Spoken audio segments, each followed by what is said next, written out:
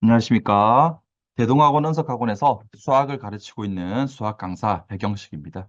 자, 오늘 이 자리는 최근에 우리 6월 4일 날 2025학년도 수능 6월 모의평가를 치렀죠. 대단히 고생하셨고요.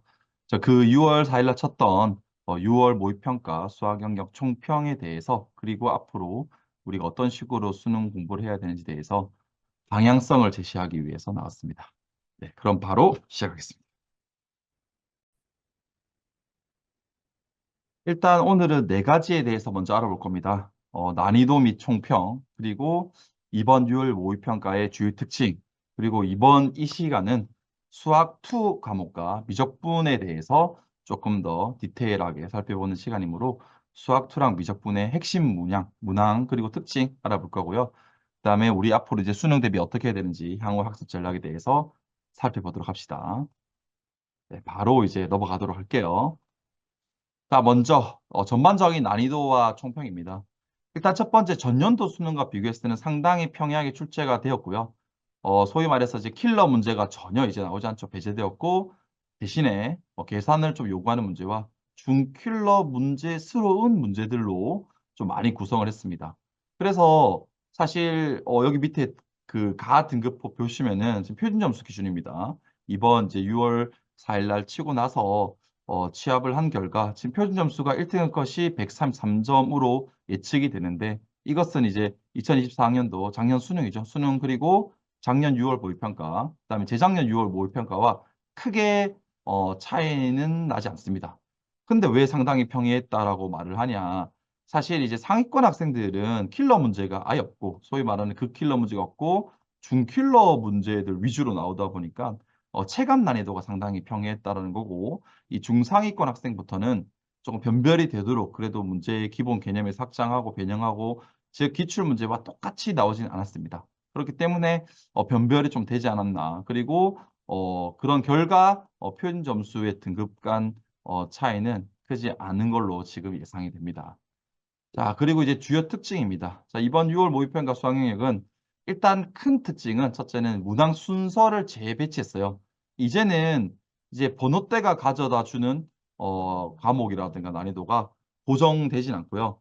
크게 재배치를 했고 특히나 우리가 공통 과목에서 보시면은 이 수학 1과 수학 2에 나오는 고정되어 있는 문항 번호를 싹 다 바꿨습니다. 15번과 22번. 원래 15번의 수원의 수열 문제였는데 그 문제를 22번 단답형으로 옮겼고 그다음에 최고 난도라고 말할 수 있는 수2의 22번 문항이죠. 최고 난도 공통 과목 최고 난도 문항인데 그 문제를 이제 단답형에 놓으면 정답률이 많이 떨어질 것 같아서 오지선다형으로 재배치해서 조금이나마 체감 난이도를 낮추려고 평가원에서 노력을 한 흔적을 보입니다. 그리고 두 번째로는 이제 킬러 문제를 완전 철저하게 배제했다는 거죠. 완전 이제 킬러 문제라고 하면 보통 대개는 기존의 기출 문제 가지고 너무 복잡하게 문제를 만들거나 또는 상당한 추론력을 요구하거나 아니면 이제 신유형 문제를 출제를 하는데 아직 그런 문제는 아예 없었습니다. 그래서 누구나 다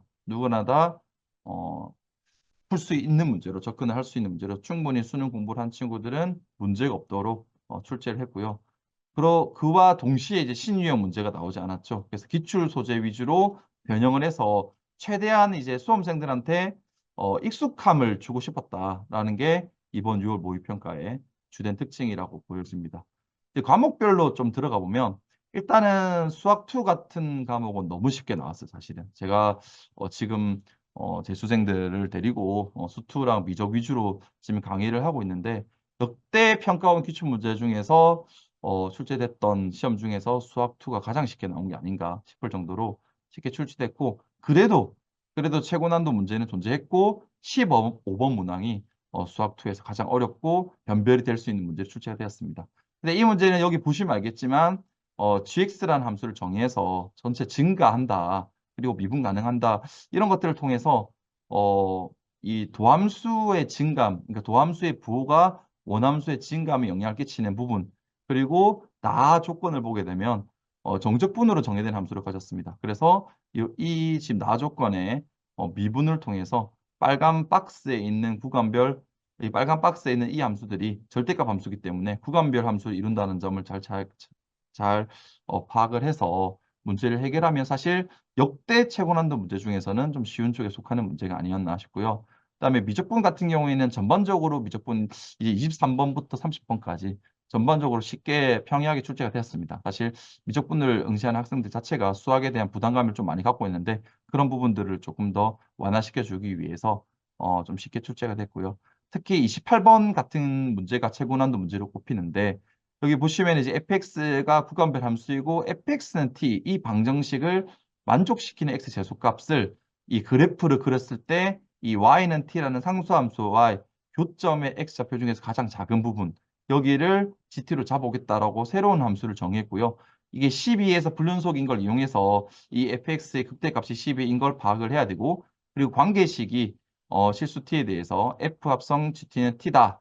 이 식을 이용해서 역함수인지를 좀 파악하는 게 조금 중요한 문제였습니다. 그래서 t 값에 따라서 이 f 함수가 이 관계식을 따르는 f 함수가 달라짐을 인지해서 접근을 하면 요 문제도 상당히 역대 미적분 최고 난도 문제 중에서 가장 평이한 문제가 아니었나 싶고요. 크게 보면은 이 수학2는 15번 문제, 미적분은 28번 문제를 좀 집중적으로 복습을 하시면은 나머지 기타 문제들은 좀 전체적으로 평이하게 출제된 걸로 보시게 됩니다.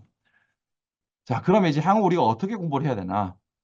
제가 총 5가지를 준비해 왔어요. 첫 번째는 아무래도 지금 6평으로 우리가 알 수 있는 부분은 기본 개념을 확실하게 해야 어, 기본 개념을 확실하게 점검을 하는 게 더 중요한 것 같아요.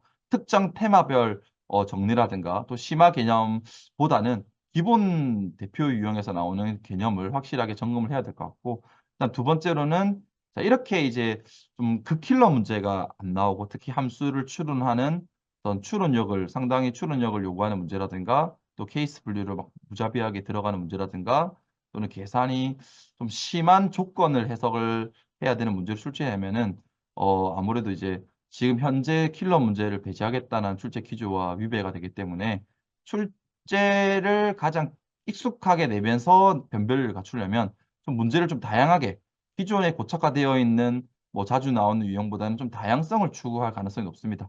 그렇기 때문에 좀 문제를 다양하게 풀어보는 게 중요하고 이제 이 얘기는 좀 제가 이제 우리 수험생들한테 그런 말을 해주고 싶어요. 특정 인강 강사의 인강 커리, 풀커리를 타게 되면은 그 선생님이 생각하는 중요한 문제들로 이제 많은 문제들을 풀어보게 되잖아요. 네, 그런 것들보다는 좀 다양한 출제자의 출제 의도를 가지고 있는 문제를 풀어보는 것을 좀 추천드립니다. 자, 그리고 세 번째로는 이제 기출 유형. 이번에 보면 알겠지만 이제 신 유형이 없었습니다. 그래서 기출 유형에서부터 출제 개념을 확실하게 학습을 해서 출제자의 의도 그리고 원리 이런 부분들을 접근법, 그다음 자주 사용되는 아이디어까지 정리를 하는 것이 좀 중요할 것 같아요. 그래서 기출 유형부터 확실하게 정리를 하시고 그다음에 네 번째로는 현재 평가원이 최근 5개년 평가원 문제들을 보면 이 수학 영역에서는 순차적으로 조건을 해석하는 걸 요구합니다. 즉 이제 박스 안에 이제 가나라는 조건이 있으면 가부터 해석을 하는 게 자체가 이 문제를 풀 수 있는 하나의 키가 될 수 있는 부분이 많거든요. 그래서 조건을 순차적으로 해석을 해서 접근하는 거를 좀 연습을 해보시길 원하고 그다음 마지막으로 킬러 문제가 배제된 만큼 모든 문제는 풀 수 있다. 그리고 사실 6, 7문제가 거의 평등한 난이도로 출제가 되기 때문에 겁먹지 말고 연습해서 문항 번호에서 가져다주는 두려움을 없애고 트라이 해보는 것을 적극 추천드립니다.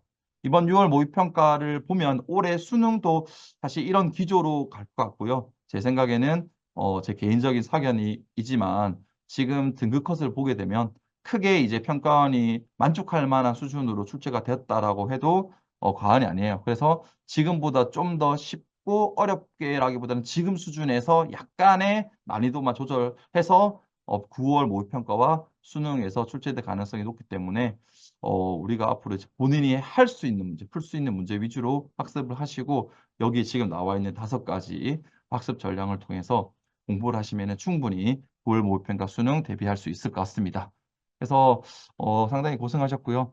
이번에 보면 전반적으로 평이하게 나왔다. 또 전년도 수능보다 평이했다라고 매스컴에서 많이 얘기를 하는데 실제 공부를 하는 이제 수험생들 입장에서는 어떤 방향으로 공부를 해야 되는지가 앞으로 중요할 것 같습니다. 그래서 오늘 제가 팁을 드렸던 5가지 학습 전략에 대해서 조금 더 한 번 더 생각해 보시고 열심히 열공하시기 바랍니다. 네, 이상입니다.